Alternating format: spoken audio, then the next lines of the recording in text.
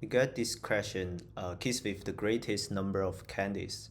So we will have like two steps. First of all, we need to know what is the maximum number of these candies. And secondly, we will add up the extra candies to every items in this array and see whether it is larger or equal to the maximum element in the candies.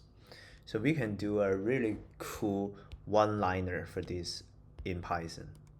So we can return a list and run through every candy in this candies array, and then we just check whether this candy plus the maximum item in the candies is larger or equal to, oh, I make a wrong order, it's larger or equal to the maximum item, and here is extra candies. Yep, you see this is working, but knowing that maximum this function is actually taking on time, and we are doing it for every item, so this is gonna make n square time, so which is not very optimal.